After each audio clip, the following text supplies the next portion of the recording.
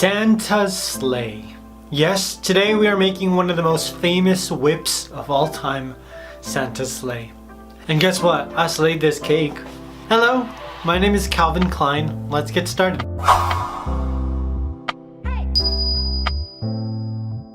I love the way this cake turned out. I was so excited. I've been excited since last year when I created this cake. I didn't have time to post it, but today I do. Let's create this cake. I'm starting off with my PVC pipe system, but because this is a really sort of long cake and the sleigh is not actually on the cake board, I'm using two PVC pipes, one to support the back and then the other to support the front. If you want an in-depth look at how I create my PVC pipe system, there's a video for you in the description box. You'll have all the tools and then some. So I have my pipes, my pipe couplers, and I'm just gluing on a cake board to support the bottom of my sleigh. Now let's get to the making of this baby. That is ridiculous how much I would wear all that gold if I could. To create this cake, I am starting with a huge, probably, I think this is a 9 by 13 inch cake. I don't know, it's been so long. And then just cutting it into a rectangle to create the cake. Ooh, I don't have the exact measurements anymore and I can't read what is on that ruler, so I don't really know. That looks like 5 by 7 inches though. It does. But I'm guessing. This is what happens when you run out of time and then you have to look at the footage a year later. So the bottom cake, I'm using a full rectangle, and then to create the tops, I'm just creating them in pieces. Adding some buttercream in between each layer. Stacking 3 layers high.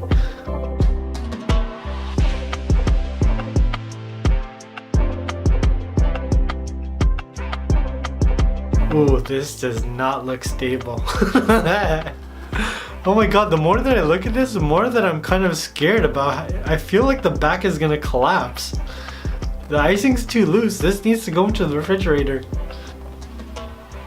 Okay, it seems pretty stable. I'm giving it a crumb coat and just making sure that I seal in all of the crumbs so that they don't appear on the next layer of fondant. Because sometimes I mess up, I gotta pull away the fondant and I don't want a whole bunch of brown crumbs just everywhere. Now I gave my cake a crumb coat, placed it into the fridge to set up, and then I added on my first layer of fondant, which is this very vibrant red. This is like a Santa Claus red. Now I wanted to make this cake right after I created the Cinderella carriage cake that I have. If you haven't seen it, whoa, it is stunning. And this cake was actually based off of Vivian Pham's cake, which she does a way better Cinderella carriage. So I have one panel of fondant to create the top of my sleigh, and then I'm gonna use 2 panels to cover the sides.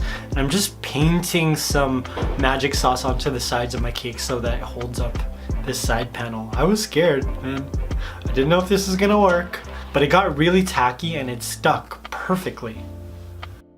Probably had to hold it there for a few seconds just so it wouldn't fall down. Then I added the front of the sleigh. Now this was a piece of fondant that I added some CMC to, and I just rolled it out and let it sit overnight so that it would hold its shape. I don't like the way it looks from the front, but I'm gonna cover that up later. For now, we're gonna work on the seats. Just more fondant. I made this like a really Christmas, like a holly green. Oh, I like that. We got 3 seats. You can fit probably like 2-3 people, even though Santa Claus always rides alone. I don't know why he does that. I mean, does he have Pandora? Is he listening to Apple Music by himself?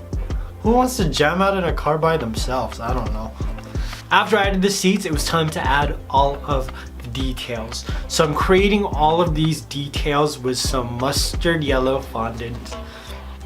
I'm starting off with very small, very generic details, just strips.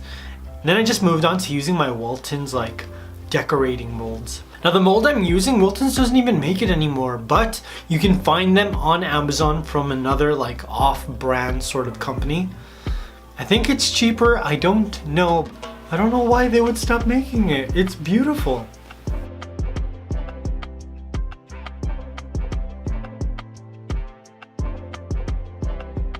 Now I wanted this cake to sparkle like no other. So I'm painting it with some vibrant ruby red luster dust. And I wanted to keep this plain and give it just a tiny bit more detail, so I'm painting on some designs with a crimson red luster dust. Look at that. Simple, but when you look at it up close, it looks pretty stunning.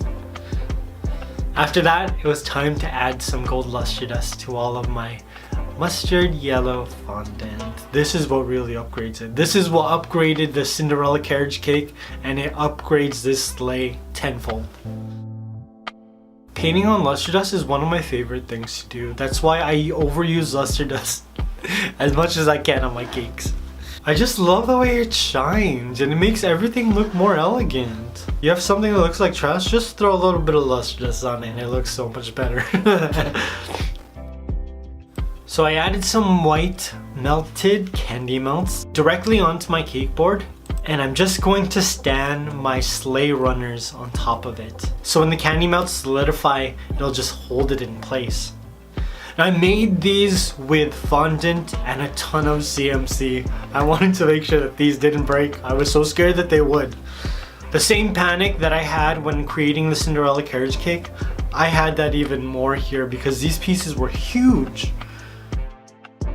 Now just like my sleigh, I'm going to paint luster dust all over these babies.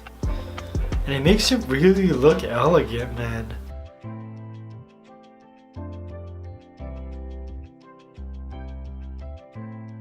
And now I'm gonna add a little bit of snow to the bottom, and voila! My Santa's sleigh was complete. Da-da. This is the best sleigh I've ever seen. Actually, let me go to Google Images. And I'm going to search Santa's sleigh. Okay, that looks okay. That one looks pretty nice. Some of them look okay. But I think that mine looks better. So this really is the best sleigh I've ever seen.